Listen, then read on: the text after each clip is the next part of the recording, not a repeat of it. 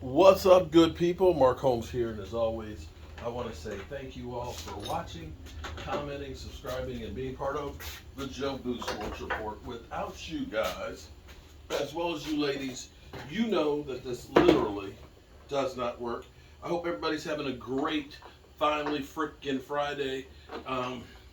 You know me, the work never ends, and I'm getting in here, getting it done. These things are amazing to me. This machine is just incredible. I don't know if you can see this. I gotta clean it up and then paint it and then sand it. I don't know if you can see that or not. But Angelica Baron, it's a dog. And see, the thing is you go through here and the machine cuts all of these diagonal lines. This took about 2.5, 3 hours of time for the machine to go through and literally just cut diagonal lines and carve this, the highs and the lows. So I gotta take a brush, but I don't know if you can see the dog right there. Anyway, got another one I gotta set up here. So we have some news on the Cowboys. And just because I'm working doesn't mean the news on the Cowboys ends. We're going to be having a unicorn sighting in Dallas. That's right, a unicorn sighting. Sounds like James Washington, aka I like to call him the unicorn, because we have yet to see the unicorn in Dallas playing any. And he is set for his debut this weekend. Now, here's the thing that's kind of cool about the unicorn, is he is actually very, very young. And for the Steelers, he was a deep threat.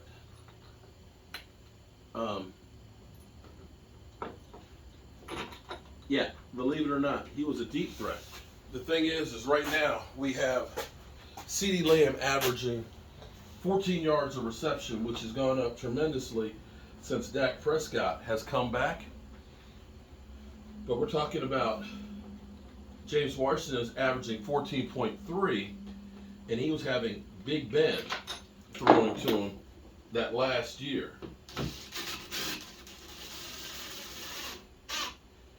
So Big Ben, who was geriatric last year, was his quarterback.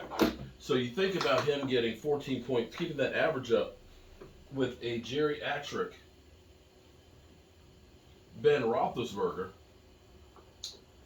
You got CeeDee Lamb and Michael Gallup, who are both getting into shape here.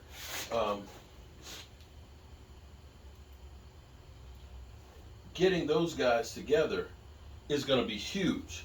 And we might end up being better off without Odell. I'm going to be honest with you. What I heard Odell say this morning made me do a complete 180 to say, hell no. Because you know what? I'm going to say a real football player wants to play at all costs, all the time. All the time. Injured, not injured, whatever. They want to play all the time. Okay? Look at Micah Parsons. Remember Micah Parsons' rookie year at the Pro Football Hall of Fame game? Where he was pissed because he had to come out of the very first preseason game of the season. We're talking about Micah Parsons, who literally ended up getting injured and being helped off the field. Wanted to continue to go back into the game. Was that Minnesota? These guys want to die on the field. They're going to be out there at all costs. And here you have Odell literally say, I don't need to play in regular season. You know, why? He's like, I could, but why do I need to worry about regular season? So I'm okay without Odell. If that is your attitude, so you're going to let all the other guys do all the hard work, Somebody said in my morning video that, oh, Mark's over here pissing vinegar. Yeah. If I were a teammate and I heard that, it'd be like, tell me again why we need you. So let me see if I get this straight. We doing all the work to get us there, and you want to be here for the glory only? No, man. No, bro. We supposed to be combat buddies in arms here, ride or die together. And you telling me I'll just show up for the glory, for the playoffs? Nah, man. I'm done with that. But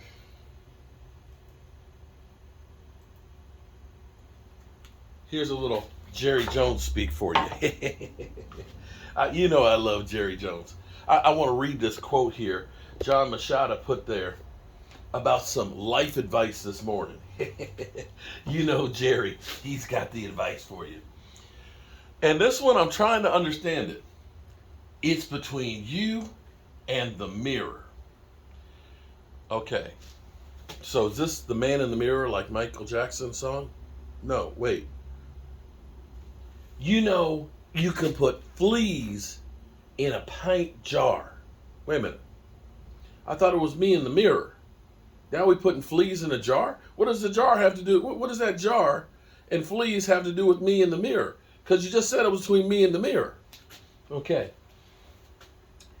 They might jump 2 or 3 feet. Now wait a minute. What kind of jar are we putting them in here? They're in a jar. The jar is typically about maybe 8-10 inches. Now they jumping 2 or 3 feet.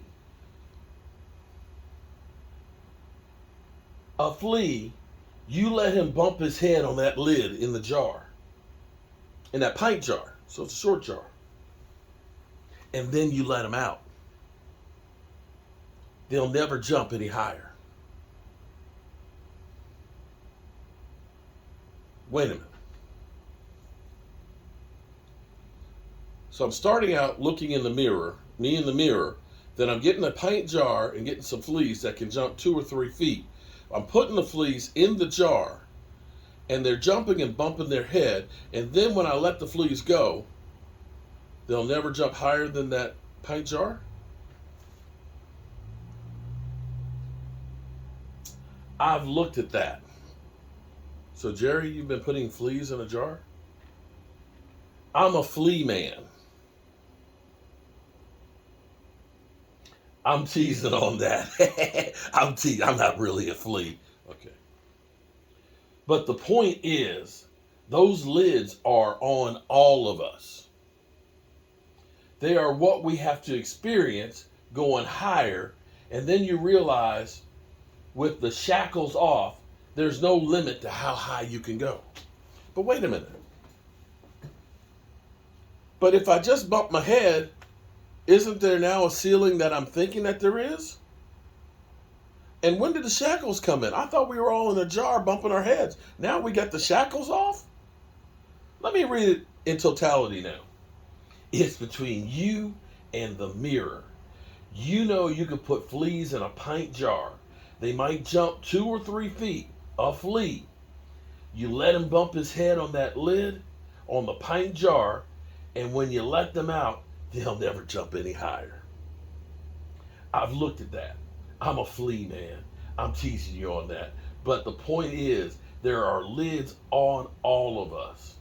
They are what we have to experience going higher, and you realize when the shackles are off, there's no limit on how high you can go.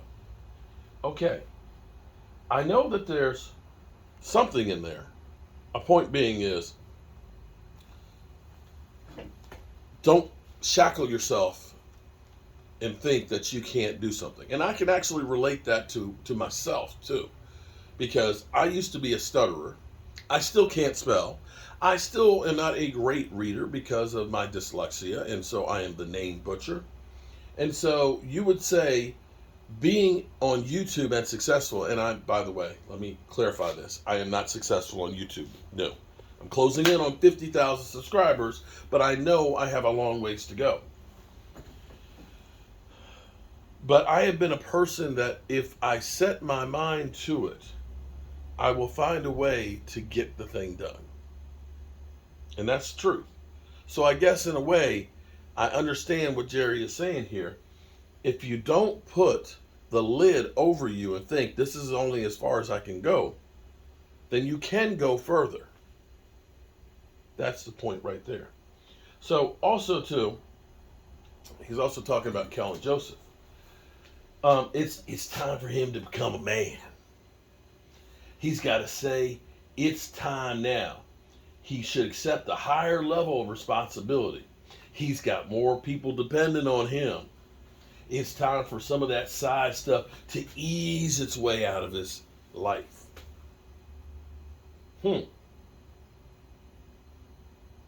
Also, Jerry Jones. Shout out to John Machado for all these tweets. Jerry Jones. I didn't know we were even talking about a 20-game season. Owner Jerry Jones said he doesn't envision the NFL going to a regular season schedule of 20 games. I don't see that. That's too many. One more I see, and I'm a big proponent of it. I'd like us to play 2 preseason games and 18 regular season games. So hold up. See, here's the thing. You see what he just did there, didn't you? You see what he just did there. Negotiations. What you do is you ask for more than what you were willing to settle for. Ask for more than what you're willing to settle for. Okay? Because you have to have room to negotiate. He really wants 18. But he's saying, 20 games is just too much. And then the NFLPA is going to be like, whoa, 17 games are hell. 20 games? No, how about 18? You never give them your best price to start out with. You don't. You leave room to negotiate. So I can see an 18-game season. But here's the thing. Now, I will say that the game last night, the last 3 minutes and 9 seconds, was great watching the Rams come from behind to go ahead and get Josh McDaniels and make him look like ass. I love that. I'm not a fan of the Rams either. I don't like the Rams, and I don't like the Raiders. I just don't like either. But still, it was good just to see Josh McDaniels, because he's one of them arrogant SOBs. But be that as it may. Thursday night football is difficult. It's difficult because you are literally in car crash after car crash when you play a game on Sunday. If you are traveling, you've got to spend time on an airplane after going through holy hell, going back home. Typically, Monday is films and treatment day. Tuesday is your off day. Wednesday, you actually have a practice, be it a very light one usually, maybe a padded practice here and there. Thursday, another tougher practice. Friday, recovery day. Saturday, travel day. And then you play on Sunday. It's hard enough to do that. But when you say, we're traveling Sunday to get back home, Monday you're getting treatment and trying to go ahead and now install a game plan. Tuesday is really your own practice, but you're not really practicing because you're physically not ready to. Wednesday's going to be a travel day and you play on Thursday. Part of the reason why the games are terrible. That and the matchups haven't been exactly the premium ones, although when the NFL set up that game, they were looking and thinking that the Raiders were going to be a really good team going against the Super Bowl champions. Remember when everybody thought the AFC West was going to be great, which is one of the reasons why they had put Russell Wilson, the Denver Broncos on so many different ones? Yeah. So I'll call you back, honey. So they thought this was going to be a good one. All right. If you're going to go to an 18-game season, I've talked about this before as an idea, but if you decide not only an 18-game season, but even putting more games in Europe, add an extra bye week. And here's the thing why it works for the NFL. Whether my Cowboys are playing or not playing, I'm going to watch football. And that means that's a whole nother week of ads and TV and everything else for you. And if you're playing on Thursday night, then you get a bye week before the Thursday night game. Automatically. Because here's what the thing, here's a great thing about doing this. This is where you say, we care about the product on the field and we care about the players. You give the players enough time to recover and actually have a good game on Thursday night. You end up having enough time for them to recover from the other game, and you have enough time for them to get a game plan and some practices in. And if you're going to be playing in Europe, you have a bye week before that. You go over to Europe, the week of. So that way you get used to the time change. You can be ambassadors for the NFL. Ambassadors for the NFL. And you can play a game where you're now used to being on the right time. Yeah. I just don't understand why the NFL doesn't look at that and say, yeah, that's the way to do it. Because then at least you have enough recovery time and you care about the players.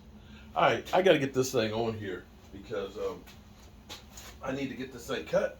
I need to get that thing cleaned up.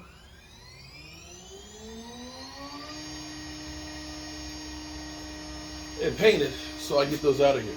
Because see, I've got a bunch of these. I don't know if you can see that or not. See this? You can tell me what that is. If you can tell me what that is, leave it in the comments down below.